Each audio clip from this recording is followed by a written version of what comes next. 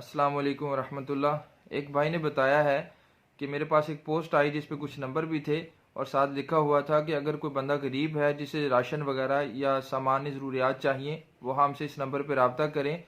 तो corona virus की वजह से अगर किसी की दिहाड़ी नहीं लगी या इस तरह की परेशानियां हैं तो हम आप तक ये सामान पहुंचा देंगे। तो वो कहता है मैं गरीब था, तो मैंने उनसे रब्ता किया और जब उनसे रब्ता किया तो उन्होंने कहा कि आपको हम 5 किलो घी देंगे, 5 किलो ऑयल देंगे, एक आटे का तोड़ा देंगे 20 किलो वाला, 5 किलो चीनी देंगे, इस तरह की कुछ दालें वगैरह और चने वगैरह उन्होंने बताए, जिसकी मालियत तकरीबन 7 से 8 हज़ार रुपये बनती है।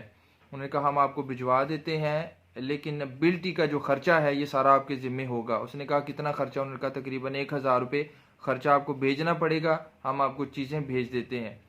तो उसने कहा कि मैंने 1 हज़ार रुपया उन्हें ट्रांसफ़र किया। अब उसके बाद ना उनका नंबर मिल रहा है, नंबर भी उन्होंने ब्लॉक कर दिया है, ना वो सामान मिला है और ना मेरा 1 हज़ार रुपया भी जाता रहा है।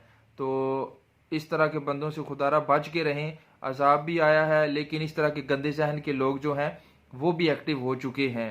और इस तरह के लोगों से भी मेरी गुजारिश है कि अगर आपको खुदा का खौफ नहीं है तो खुदारा इंसानियत के नाते ही थोड़ी शर्म कर लें। इतना बड़ा अजाब टूट रहा है, बल इसमें यूं होना चाहिए कि लोगों की खिदमत की जाए और आप जो है उल्टा लोगों को लूटने पे तुल गए हैं। और लोगों से भी गुजारिश है कि जब आप इस तरह के लोगों से रब्ता करें तो आप जो इतनी ज़्यादा आपकी खिदमत का जज्बा रखता है इंसानियत का, अव्वल तो 8 हज़ार का सामान दे रहा है तो 1 हज़ार भी उसके लिए कुछ ज़्यादा नहीं है। आप इस तरह बेवकूफ़ बनने की ज़रूरत नहीं है। आप इन लोगों को बिल्कुल पैसे ट्रांसफ़र ना करें।